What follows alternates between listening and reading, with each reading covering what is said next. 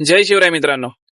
तुम्ही जर कुठे जॉब करताय, सरकारी नोकरी आहे, प्रायव्हेट नोकरी आहे, कुठं सिक्युरिटीचं काम करताय, तर आणि तरीही तुम्ही रिक्षाचा परवाना घेतलाय, परमिट घेतलंय, रिक्षा घेतलीये, सगळं केलंय आणि धंदा करताय, तर तुमच्यासाठी थोडीफार बॅड न्यूज आहे. तर आता पोलिसांना जाग आलेली आहे आरटीओच्या. तर तुम्ही लायसन काढलं, बॅच काढला, परमिटला नंबर लावला, तोपर्यंत पोलिसांना कळालं नाही की अरे हे जॉब करतात ते आणि यांनी डॉक्युमेंट दिलेले आहेत आणि तरी पण यांना परमिट पाहिजे. गाडी घेतली तरी पोलिसांना कळालं नाही. तर आता पोलिसांना खूप दिवसांनी, खूप वर्षांनी कळालेलं आहे की जे जॉब करतात ते त्यांनी रिक्षा घेतलेले आहेत. आता त्यांच्या परवाने बंद करायचे, म्हणजे थोडक्यात की परवाने रद्द करायचे नाही तर निलंबित करायचं असं पोलिसांचं चालू आहे. तर याविषयी आजचा आपला व्हिडिओ आहे मित्रांनो.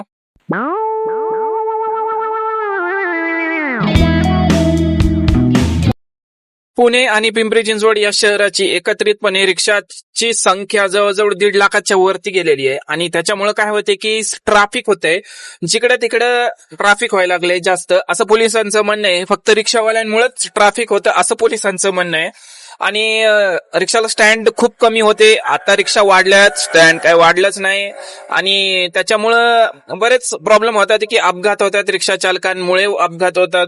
आणि मेन तर रिक्षाची वाढलेली संख्या हेच पोलिसांना दिसत आहे. तर आता काय करायचं, तर उपाय काय आहे? आणि पोलिसांचं म्हणणं आहे की तुम्ही परमिट घेताना एक डॉक्युमेंट दिलेलं असतं की मी कुठेही जॉबला नाहीये, कुठेही कामाला नाहीये आणि मी जॉबलेस आहे आणि त्याच्यामुळे मला तुम्ही परमिट द्यायचंय. तर हे डॉक्युमेंट दिले असल्यामुळे पोलिसांचं म्हणणं आहे की तुम्ही हे डॉक्युमेंट दिले आणि तरीही तुम्ही परत जॉब करताय, परत काम करताय, कुठं सरकारी नोकरी, कुठं बस स्टँडवर आहात, कुठं ते बऱ्याच ठिकाणी. आता आमच्याकडे कचऱ्याचा डेपो आहे, तिथं बऱ्याच जणांनी रिक्षा घेतलेल्या आहेत, आपलेच लोक आहेत ते. काय मी काय त्यांच्यावर टीका टिप्पणी करत नाहीये, पण सगळ्यांनी रिक्षा घेतलेल्या आहेत आणि त्याच्यामुळे रिक्षाची संख्या वाढलेली आहे. 2 कामं करतात ते, इकडे जॉब पण करतात ते आणि इकडे रिक्षा पण चालवतात ते. तर पोलिसांचं म्हणणं आहे की परमिट तुम्ही रिटर्न करायचे आता, नाहीतर तुमचे परमिट निलंबित केले जाईल जर तुम्हाला पकडल्यास, सांगतोय तुम्हाला.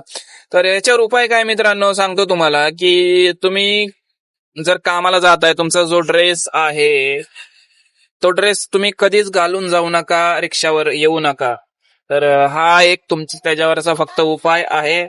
आणि बरेच जण म्हणतात की रिक्षा ड्रायव्हर म्हणतात ते फक्त सरकारी नोकरीवाल्यांसाठीच आहे, सरकारी नोकरीवाल्यांनी परमिट रिटर्न करायचे असं काहींचं म्हणणं आहे. तर तसं नाहीये मित्रांनो. सरकारी नोकरीवाले आहेत आणि त्यांनी रिक्षा घेतलेले आहेत ते फार कमी आहेत मित्रांनो, खूप कमी आहेत. तर मेन प्रॉब्लेम हा आहे की MIDC म्हणा, बस स्टँड म्हणा, अजून कचऱ्याचा डेपो म्हणा, इकडं तिकडं म्हणा, सिक्युरिटी गार्ड म्हणा, त्यांनी सगळ्यांनी परमिट घेतले आणि जॉब करतात ते. आणि रोडवर गाड्या लावणं, ट्रॅफिक वाढणार, गजगज होणार, त्याच्यामुळं पोलिसांना हे आता शहाणपण उशिरा सुचलेलं आहे. तुम्हाला माहितच असेल की पुणे स्टेशनच्या इकडे आता जवळजवळ 20-25 पोलीस कारवाई करत होते मागच्या 1-2 दिवसाखाली म्हणा, 1 हप्त्याखाली म्हणा. तर बऱ्याच रिक्षांवर अशा कारवाई केलेली आहे मित्रांनो. तर कोणाकोणावर कारवाई झाली ते कमेंट करून सांगा. मी काय एवढ्या लांब जात नाही, त्याच्यामुळं माझा पुणे स्टेशनला कारवाई म्हणजे माझ्यावर होण्याचा प्रश्नच येत नाही. तर माझ्यावर एकदा कारवाई झाली होती. माझ्याकडे शिफ्टची गाडी होती लास्ट, आणि पुणे स्टेशनला गेलो होतो. माझ्याकडे MH14 होती आणि तिथले पोलीस MH14च्या आणि खास करून TVSच्या गाड्या लगेच साईडला घेतात. त्यांना वाटतं भैया लोक आहेत, या साईडला. आणि मी पुणे स्टेशन 1 नंबरला ट्रिप सोडली आणि तसंच पुढे येत होतो. मला लांबूनच म्हणलं, ए थांब रे. मला वाटलं पोलिसाला कुठेतरी जायचं असेल, मी थांबलो.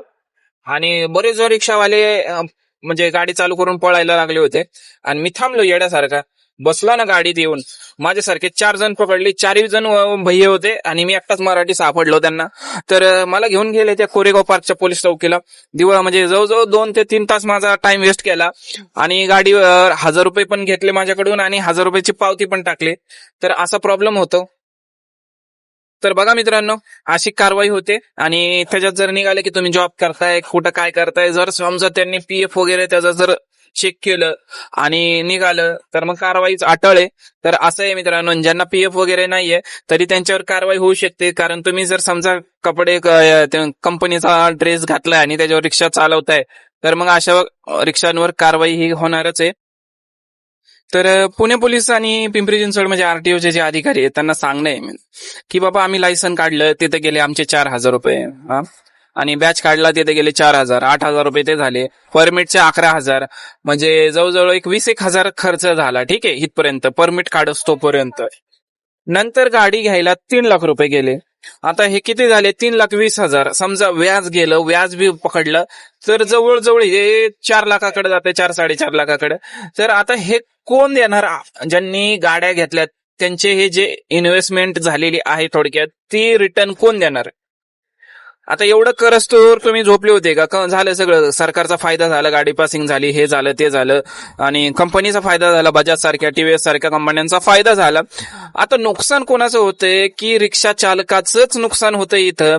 तर हे असं नाही चालणार मित्रांनो. तर पोलिसांना एक सांगणं आहे की बाबा असं गरीब रिक्षावाल्यांवर कारवाई करून तुम्हाला काय भेटणार आहे? तुम्ही डायरेक्ट कंपनीला बोला, सरकारला बोला की परमिट बंद करा डायरेक्ट.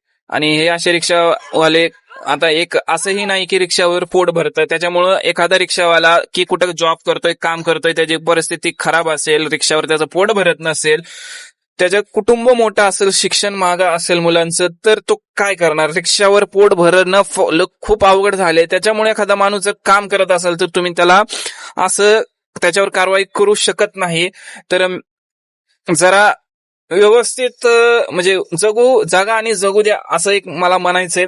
तर बघा मित्रांनो, माझा हा व्हिडिओ कसा वाटला आणि हा व्हिडिओ जर आवडला तर तुम्ही शेअर करू शकता आपल्या मित्रांना, आणि आपला व्हिडिओ जाऊ द्या पोलिसांकडे, आणि जर कारवाई होणार असेल तर आपल्या व्हिडिओ मार्फत त्यांना म्हणजे एक भेटेल की बाबा नका कारवाई करू, बाबा रिक्षावाले गरीब आहेत आपल्यासारखे. तर कसा वाटला व्हिडिओ मित्रांनो? लाईक, शेअर, कमेंट जरूर करा. धन्यवाद. जय हिंद, जय महाराष्ट्र.